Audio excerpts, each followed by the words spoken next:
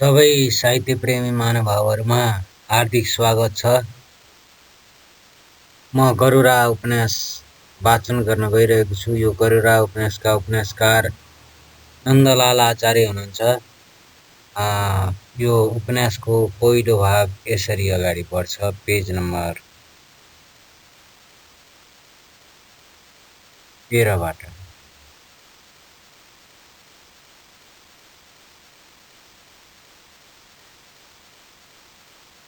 समयसँग जुझ्नु मानवीय जीवनको परिचय हो। पाइला पाइलामा जसले ठक्कर खाँदै जीवनका उकाली ओह्राली र जङ्गारहरू तर्न सक्छ, जित उसकै हातमा पर्छ। जित्नेहरू नयाँ तरिका अपनाएर नयाँ काम गर्छन् र पुरस्कारका भागीदार हुन्छन्। नयाँ तरिका अपनाएर आफूलाई माथि पारिरहेका हुन्छन्। अहिलेसम्म हामी अरूको सुखका लागि आफ्नो हाँसो भुलिदिने प्राणी भएका छौँ। हामी निमुखाहरू जित्नका लागि रातो दिन दौडधुप गर्छौँ। हामी न नयाँ तरिका अपनाउन सक्छौँ न त नयाँ काम नै गर्न सक्छौँ।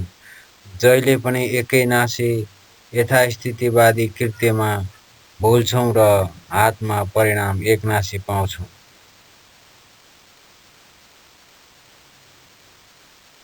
मालिक वर्ग भन्छन् बाँच्न चाहिँ बाँच, तर मुस्कान चाहिँ बिल्कुलै नछर। तँ पनि मुस्कानको भागीदार हुने भए हाम्रो पतनको दिनगन्ती सुरु हुन्छ। यस्तो परिप्रेक्ष्यमा हामीहरू बीचकै कथालाई उनेर पौरख देखाउने लालच जन्मियो। यही लालचले सप्तरी परिक्रमा गरायो र गरुडा अक्षर र शब्दमा उनिन थाल्यो।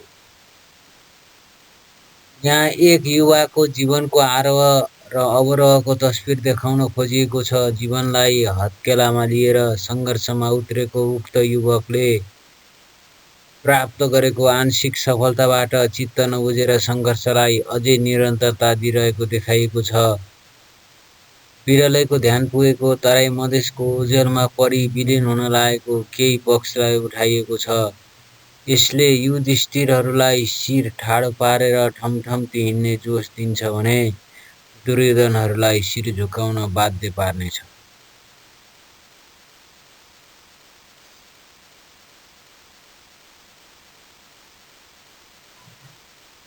2064 ताका बिहान सबेरदेखि बोर्डिङ स्कुल पुग्नु, दिउँसो केही घण्टा विश्रामको श्वास फेर्नु, साँझतिर कलेजहरू धाउनु र वातावरण ओधारिँदै गएपछि तरकारी हटिया छिर्नु मेरो दैनन्दिन थियो।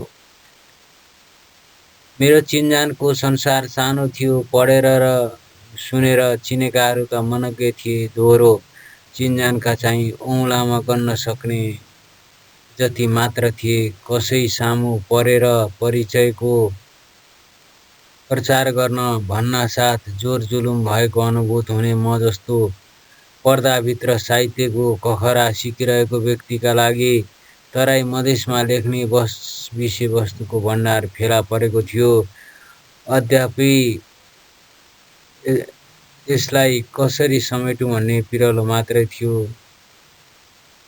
एक दिन कामधाम सिद्ध्याएर तरकारी हटियातिर लम्कँदै थिएँ। परिधीय मित्रको फोन आयो। त्यस अघि नै उनको एउटा कविता कृति रक्तमोच्छेल अङ्कुरन पढिसकेको थिएँ। खारिएको अनुभूतिलाई बलियो धागोमा उनेर कविताको माला तयार पार्ने कवि भनेर उनलाई चिनिसकेको थिएँ।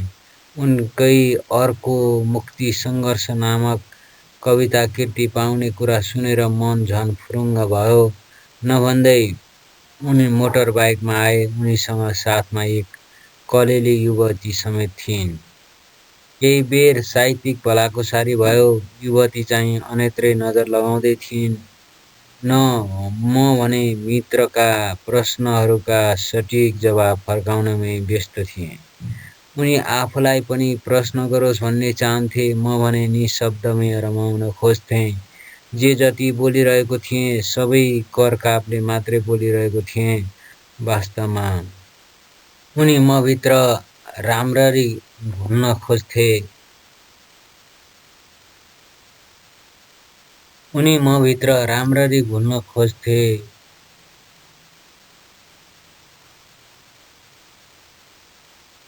आफ्नो जीवन र जगतलाई पढाउन चाहन्थे, म भने लुकीछिपी पढ्न चाहन्थे।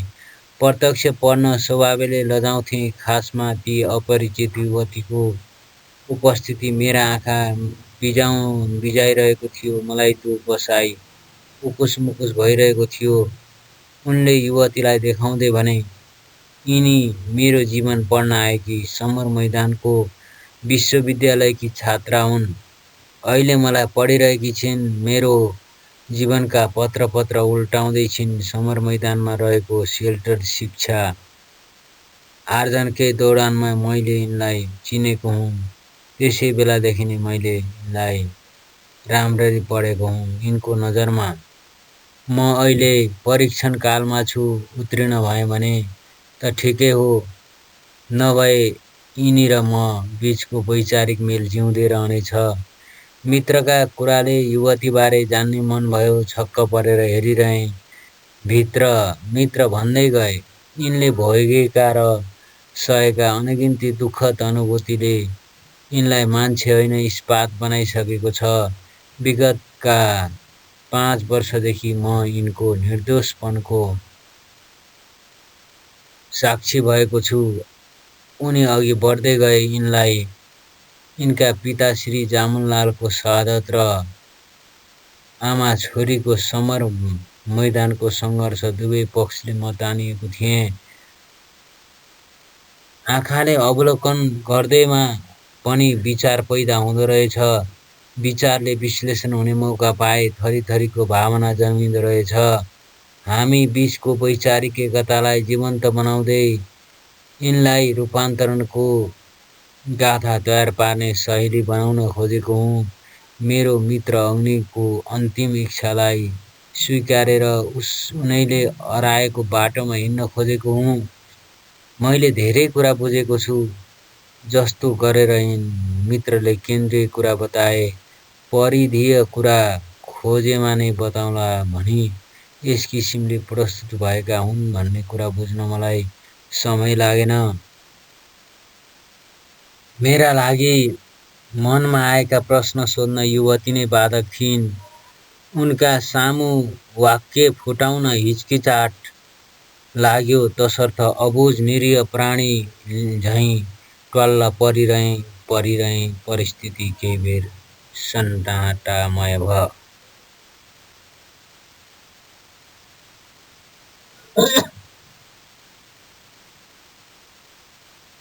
आकाश धुम्मिएकै थियो। एक्कासी पानी दर्कन थाल्यो। ओतको खोजीमा नजिकैको पिसजोन स्कुलको कक्षा कोठामा पसियो। पानीकै कारण निकै बेर रुक्नुपर्ने भयो। मसँगै बोल्नुपर्ने कुनै कुरा थिएन। मेरो जीवनले अनुभवका पत्रहरू तयार पारेकै थिएन। कुनै नवीन परिणाम देखा नपर्ने एकनासे जीवन सधैँ बिताउनु अनि अनुभवहीन हुनु रहेछ। एकातिर बोल्ने विषयको अभाव, मेरो बोली बन्द थियो भने अर्कातिर मित्रले आफ्नो बारेमा धेरै कुरा फलाकिसकेका थिए। मौन संवादमै केही क्षण बित्तो भयो। गाउँगोरो वर्णकी ती युवती असाध्य रूपरङ्ग परेकी थिइन्। तराई मुल्के हुन् भन्दा मिल्थ्यो। पहाडे मुल्की हुँदै होइनन् भन्न सक्ने अवस्था पनि थिएन। किनभने नेपालय मङ्गोलियन अनुहारसँग उनको अनुहार ठ्याक्कै मिल्थ्यो। उनको सुन्दरतामा एक किसिमको मादकता लुकेको थियो।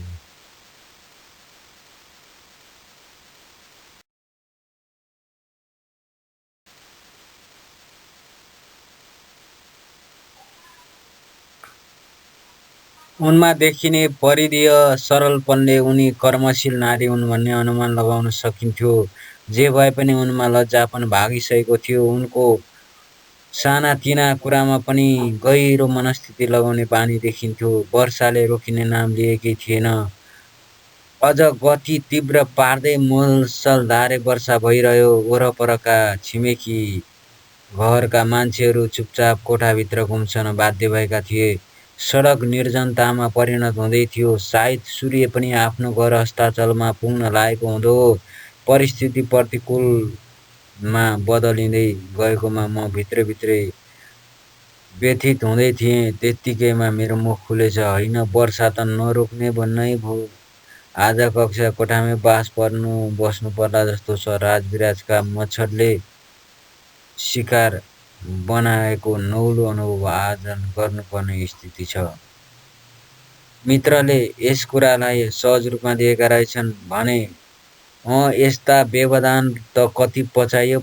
ढुङ्गा खाएर, ढुङ्गे ओछ्याएर र ढुङ्गा ओढेर पनि कति रात बिताइयो। कक्षा कोठामा रात गुजार्नु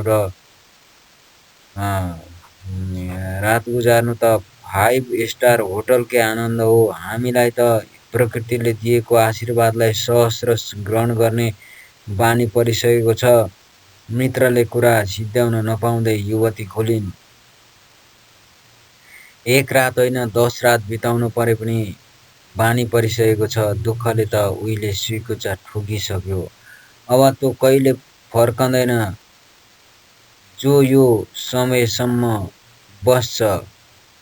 जो धेरै समयसम्म बस्छ र भाग्न बाध्य हुन्छ त्यसले कहिल्यै पनि फर्कने नाम लिँदैन। फर्किहाल्यो भने पनि त्यसको उचित मानमर्यादा र स्थान पाउँदैन। मानमनितो नभेट्दा अवश्य निराश भएर तुरुन्तै फर्कन बाध्य हुन्छ। मैले पनि सोचेँ दुःखलाई पनि बस्ने घर चाहिन्छ, मानमर्यादा चाहिन्छ। जहाँ दुःखलाई रहनै दिन्न र दौरे ठ्याक लगाएर भगाइन्छ त्यहाँ त्यसले नफर्कनु स्वाभाविकै हो। यो जोडीको मेलले पक्कै पनि सुखको घर बनाउँछ र यिनीहरूको ध्येय अनुरूप सांस्कृतिक रूपान्तरणको एउटा अध्याय पुरा हुन्छ। किनभने यिनीहरू बाहिरी रूपमा त मिलेकै छन्, अन्तर्हृदय पनि मिलेकै रहेछ। मुख खोल्ने झन्झट गरिन। दुवै पक्षका कुरा मनमा बसिरहेका थिए। ती कुराहरू पुष्टि हुने उनीहरूको विगत र वर्तमानबारे रत्तिभर ज्ञान थिएन। मनमा थरीथरीका जिज्ञासाहरू उठे। तिनलाई पाखा लगाउने हिम्मत आएन। आखिर जहिले मौका पर्छ तहिले सोधपुछ गरौँला भन्ने सोच्न पुगे।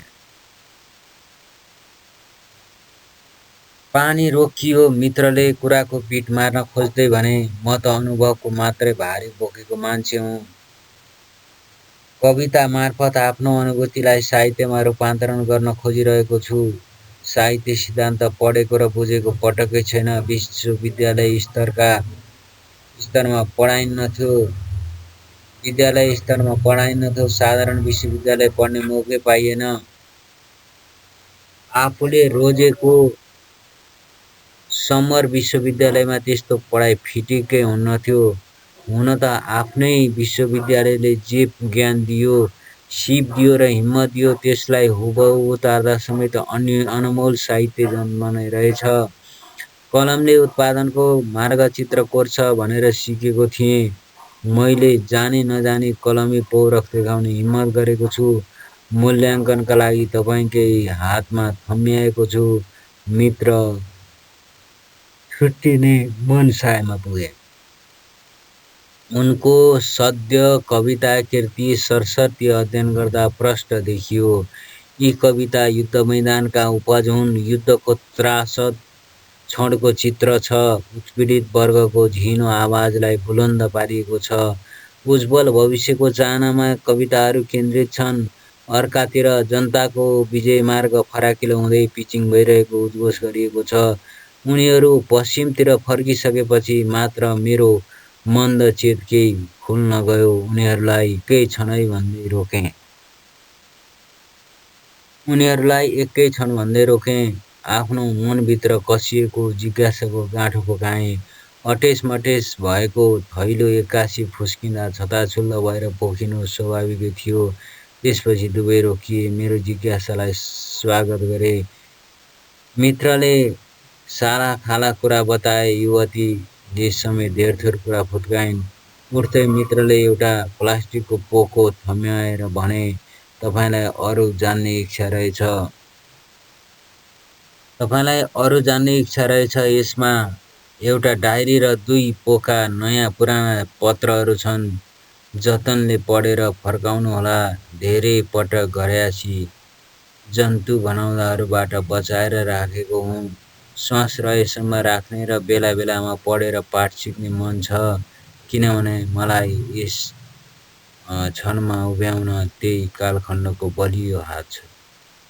झोलाभित्र पुरानो प्लास्टिकमा हस्तलिखित पत्रका खात थिए, नयाँ प्लास्टिकमा भने प्रिन्ट गरिएका चिठीका पानाहरू थिए। डायरी मोटो थियो, निकै पुरानो थियो। मोबाइलको टर्चको सहायताले डायरीका ती धेरैजसो पानाहरू पल्टाएँ। अक्षर राम्रा थिए, विशृङ्खलित रूपमा आएका कुराहरू मनज्ञ थिए। कतै दैनिकी लेखिएको थियो, कतै चिठी नेउटारिएको थियो, कतै भने प्रारम्भिककालीन साहित्यिक रचना थिए। ती खट्टर जातिका कुरा थिए, कतै खट्टर जातिका कुरा थिए, कतै नजिकैका प्रौढ व्यक्तिहरूले बताएका पिता पुर्खाका कैरनका कुरा थिए, कतै समर मैदानका कोड भाषाका कुरा थिए।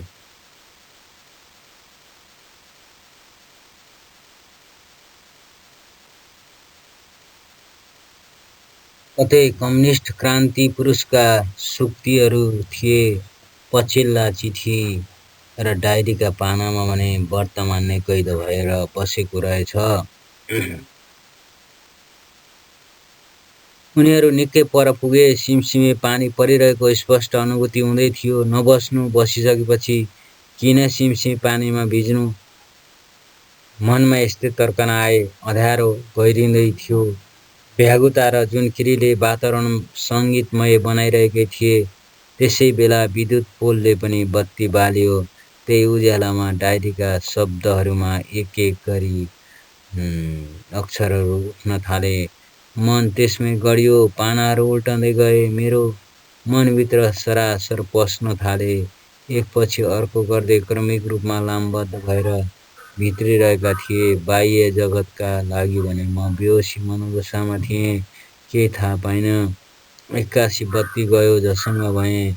इहलोकमै रहेको बोध भयो। आँखाले पनि धर्म छाडेछन्। गाला पुरै भिजेछ। हत्त नपत्त पुछपाछ पारेर घरतिर सुइकुच्चा ठोकेँ। घर पुग्दा रातको 10 बजेको सङ्केत स्वरूप घडी बज्यो। घन्टी बज्यो। तरकारी नलिई ढिलो गरेर श्रीमती सामु उभिनु पूर्व स्पष्टीकरणको झुटो बयान मनमा कथै र निर्धक्क सुनाएँ। बीचबीचमा आएका छड्के प्रश्नको सटिक र चित्तबुद्धि जवाफ फर्काएँ। पत्नी पनि प्रश्न सकिएर चुप रहिन्। एक थाल ठन्डा भात अगाडि आयो। सन्तुष्ट मनले खाना खाएँ। अरूहरू चाहिँ सुखलाई डाक्न दुःखलाई साथी बनाउँदा रहेछन्। म भने परिश्रमको कमाइलाई तितो र तर्रो भन्दै सुखलाई पन्साएर दुःख डाक्ने भुल गर्दो रहेछु भन्ने बोध भयो। नमिठो खाना पनि स्वादिलो मानेर चुपचाप खाएको देखेर पत्नी छक्क परिन् र भनिन्, साँच्चै खाना मिठै छ त। हिजो अस्ति के भनियो अबदेखि त्यो जस्तो पाक्छ तुने अनुपम अमृत हुन्छ भन्ने थाहा पाइसकेँ। प्राण बचाउने, सुरक्षा दिने, जीवन चलाउन मद्दत पुर्याउने सबै कुरा वन्दनीय छन्। सबैमा सृजनाको मूल छ। आत्मसात गर्ने वा नगर्ने भन्ने कुरो हाम्रो हातमा छ। मेरा नयाँ कुराले पत्नी टोलाइरहन्। म भने डायरीका बाँकी पाना र पोकाका पत्रहरू पिउन व्यस्त भइरहेँ। पिएँ जति पिए पनि मन पेट भरिएन। एकातिर थन्क्याउँ र विश्राम गरौँ भनेको मनले मान्दै मानेन। बिहानी पख आँखा लागेछन्।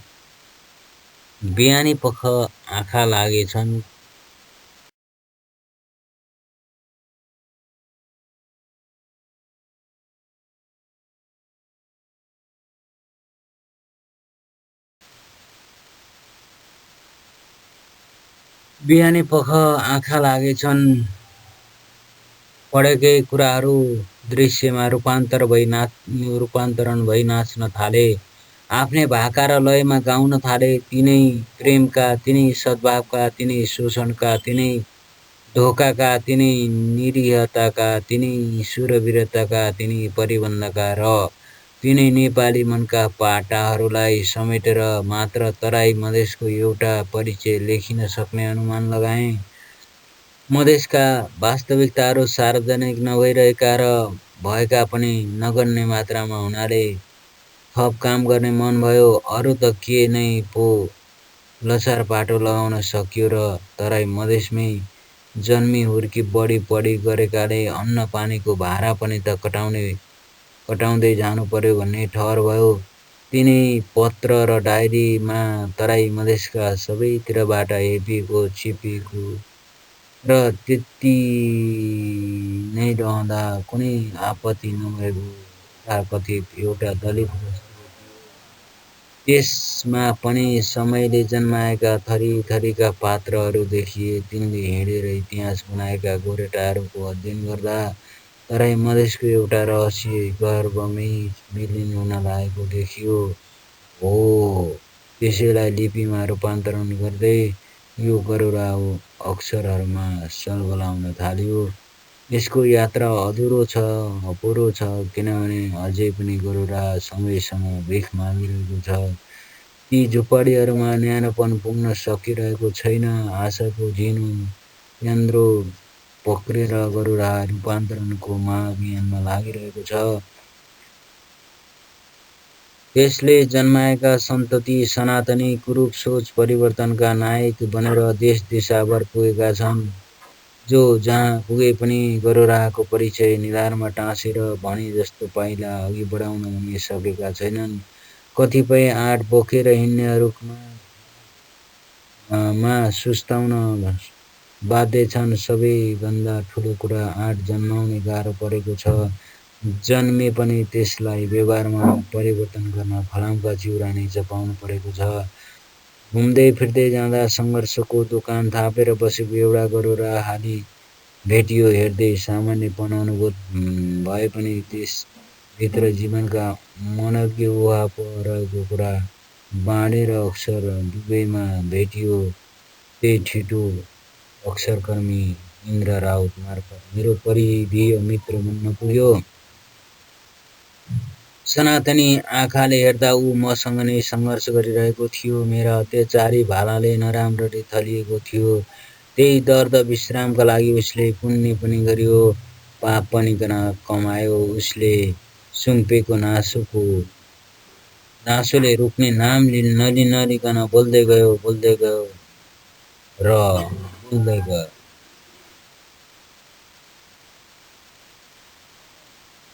यसरी पेज नम्बर 19 13देखि 19सम्म खण्ड 1मा यी कुराहरू समेटिएका छन्। अब हामी क्रमशः अरू खण्डहरूमा जानेछौँ।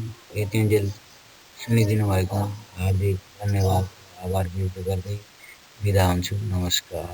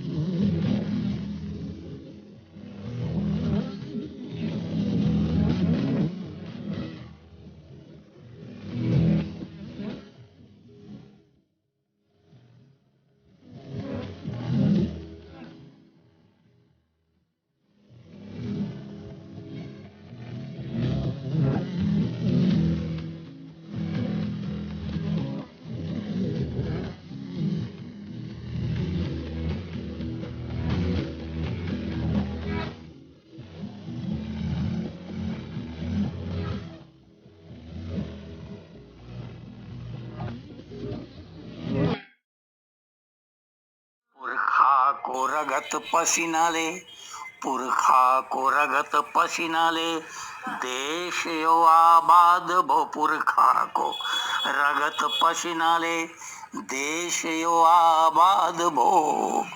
बन्यो एक नेपाली प्रीतिमय संवाद भो। पुरखाको रगत पसीनाले देश यो आबाद भो। बन्यो एक नेपाली प्रीतिमय संवाद हो। नफरत को फिलिंगोले यो घर किन जलायो। नफरत को फिलिंगोले यो घर किन जलायो। नफरत को फिलिंगोले यो घर किन जलायो। फगत एक्लो तिम्रो भूलले, फगत एक्लो तिम्रो भूलले देश यो बर्बाद भो। फगत एक्लो तिम्रो भूलले देश यो बर्बाद भो। फगत एक्लो तिम्रो भूलले देश यो बर्बाद भो। कवि राजेन्द्र विमल, जनकपुरबाट।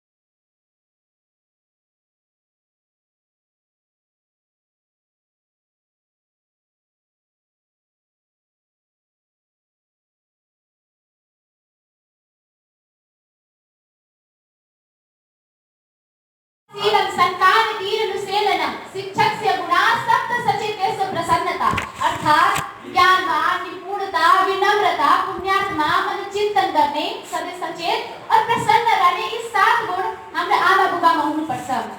बाको बीज र आमाको मेरो जन्म कुण्डली यही हो। बाको संरक्षण र आमाको शिक्षा मेरो जीवन कला यही हो। बाले सुख गरे कि दुःख आमाले खाइन् कि खुवाइन्, न बाले कहिले हिसाब गरे न आमाले कहिले खाता पल्टाइन्। सन्तानको सुख बाको उद्देश्य रह्यो, सन्तानको कल्याण आमाको भोग रह्यो। बाका के सम्पन्न थिए, आमाको दुःख इच्छा थिए। बा आमाले आफू दुःख सहेर हामीलाई सुख थिए। मेरा बा महान, मेरी आमा महान। आदरणीय सभाका सभापतिज्यू, निर्णायक मण्डलज्यू, अतिथि एवं समयपालिका चौधरी बस्नु भएको समयपालकज्यू, गुरु आमा तथा यहाँ उपस्थित भइदिनु भएको सबैलाई म नन्दनी शर्माबाट न्यानो अभिवादन। आज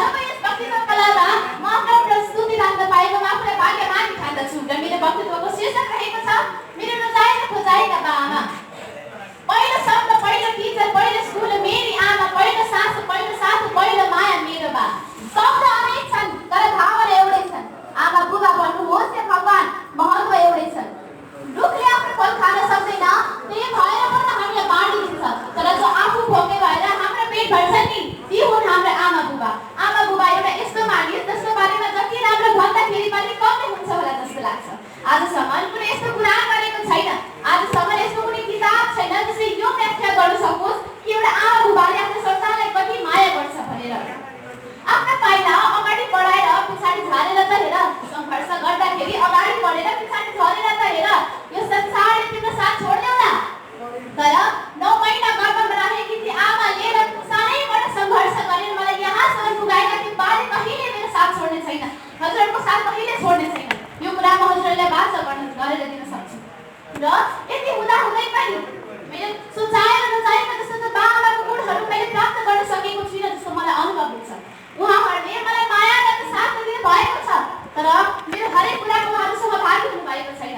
म के गर्न चाहन्छु, म के बन्न चाहन्छु, मेरो के इच्छा छ, मेरो के क्षमता छ, उहाँ सबै कुरामा उहाँहरू मेरो सहभागी हुनुभएको छैन। त्यही भएर म चाहन्छु मेरो हरेक कुरामा उनीहरूको पनि सहभागी होस्, मेरो हरेक कुरामा उनीहरूको पनि संलग्नता होस्। जति पैसा पनि माग्दा दिने, सानैबाट मलाई ऐश गराएको खेलौनाको दुनियाँ त मेरो घरमै सजाएका ती बाबासँग यो संसारले सबैभन्दा मूल्यवान कुरा माग्न चाहन्छु, त्यो हो उहाँहरूको समय। म चाहन्छु आफ्नो बिहान उठ्दाखेरि उहाँहरूले उहाँलाई आफू सामु देख्न पाउँ र राति सुत्नुभन्दा अगाडि उहाँहरूसँग रमाएर खान पाउँ। यति अपेक्षा लाग्छ एउटा सन्तानले आफ्नो आमा बुबाबाट। म चाहन्छु मेरो हरेक कुरामा उनीहरूको निगरानी रहोस्। मैले नराम्रो काम गर्दाखेरि मलाई राम्रो बाटोको दिशा देखाउनुहोस् र मैले राम्रो काम गर्दाखेरि मलाई शाबास भनेर अगाडि बढ्न सिकाउनुहोस्। यो म अपेक्षा गर्छु। तर आजकलको यस्तो व्यस्तताको दुनियाँ छ, यस्तो व्यस्त भइसकेका छौँ भने कतिपय अभिभावकहरूले के गर्ने गर्नुहुन्छ भने कि आफ्नो पेसा हुन्छ नि, आफ्नो पेसा, आफ्नो सामाजिक सञ्जालले सबैभन्दा महत्त्वपूर्ण कुरा हुन्छ। आफ्नो छोराछोरीले के गर्दैछन्, स्वस्थ छन् कि छैनन्, खायो कि खाएन, त्यति पनि तिनीहरूलाई ध्यान हुँदैन। आफ्नो सामाजिक सञ्जालले धेरै नै महत्त्वपूर्ण कुरा भइरहेको हुन्छ। र मैले कदापि चाहदिनँ मेरो बाबाले ममाथि निगरानी नराखेको कारण म गलत कुरामा फस्छु, किनभने उनीहरू त मेरो कर्ता धर्ता हुन्। यदि उनीहरू हुँदाहुँदै पनि म बिग्रेँ भने म कहाँ जान्छु होला त महोदय, कहाँ जान्छु होला त? जब एउटा विद्यालयमा परीक्षा फल आउँछ नि, त्यो परीक्षा फल आउँदाखेरि के हुँदै गर्छ भन्दाखेरि जब नराम्रो अङ्क आउँदाखेरि तब सबैको बाआमाले, यहाँ उपस्थित भएको कतिपय बाआमाले के भन्ने गर्नुहुन्छ भने सानैबाट सङ्घर्ष गरे, यति महिना धुर पसिना मैले दिन रात तिमीहरूकै लागि लगाएँ, यति महँगो विद्यालय पढाइरहेको छु र पनि तिमीहरूले के गर्न सक्यौ त? यति नराम्रो अङ्क ल्याउन सक्नुभयो। ती बाबाहरूसँग म यो प्रश्न गर्न चाहन्छु कि कहिले हजुरहरूले गएर विद्यालयमा गएर सोध्नु भएको छ त कि मेरो छोराछोरीहरूलाई के त्रुटि आयो होला त, के तिनीहरूकोबाट गल्ती भयो होला त, के हजुरहरूसँग गल्ती भयो होला भनेर कहिले गएर सोध्नु भएको छ त? छैन नि महोदय।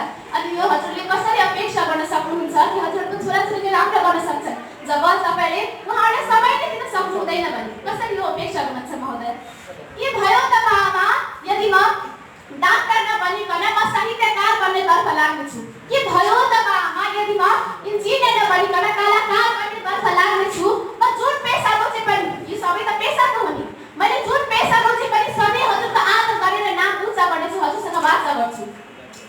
समाजले यो पुरा दुनियाँले हजुरलाई हजारपल्ट सम्झाउला, के हो यो साहित्यकार, के हो यो कलाकार, आज छ भोलि छैन, यसो कुनै ठेगाना छ र? हजारपल्ट भन्लान्, तर हजुरहरू अरूको नसुनिकन मेरो सुनिदियोस् भनेर म आग्रह गर्छु। मेरो मात्र होइन, कतिपय छोराछोरीको यस्तै स्थिति चलिरहेको छ। यहाँ उपस्थित हुनुभएको हजुरहरू पनि एउटा अभिभावक हुनुहुन्छ, हजुरहरू अरूको नसुनिदिएर आफ्नो छोराछोरीले के चाहन्छ त्यो सुन्नुहुन्छ। म अब 15 वर्ष लाग्न आँटिसके आमा बाबा। म चाहन्छु हजुरहरूले मलाई संस्कार र शैली सिकाउनुहोस्। मलाई ठुलो भएर डाक्टर इन्जिनियर मात्र होइन, मलाई एउटा असल मानिस बन्न सिकाउनुहोस् भन्ने यो कुरा हजुरहरूमाथि म आग्रह गर्न चाहन्छु। दुनियाँ समाजले भन्छ त्यो के होइन, हजुरको छोराछोरीमध्ये के हजुरको तिनीहरूको मनभित्र के भावना छ त्यो कुरा सुनिदियोस् भनेर म हजुरसँग आग्रह गर्छु। हजुरहरूले त गरेको त्यो मेहनत र सिप र श्रम अनि मात्रै देखिन सक्छ जब तिनीहरूको भ्रमणको भित्र के छ त्योहरू पनि हजुरहरूले बुझिदिनु भयो भने अनि मात्रै अगाडि बढ्न सक्नुहुन्छ। हजुरहरूले जो गरेको सिप र श्रम भन्नुहुन्छ नि, मैले यति मेहनत गरेँ र पनि मेरो छोराछोरीले केही पनि गर्न सक्दैन भन्ने गर्नुहुन्छ, तर तिनीहरूको मनको भित्र यदि भाव बुझिदियो भने अनि मात्रै हाम्रो देश प्रगतिको मार्गमा पुग्छ महोदय, अनि माथि प्रगतिको मार्गमा पुग्छ।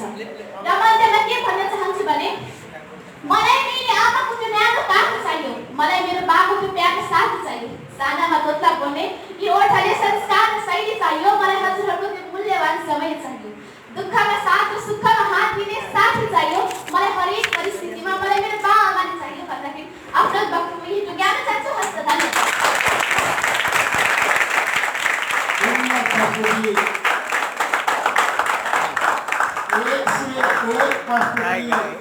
गर्दा गर्दै 11 सकिसकेछ। समय बितेको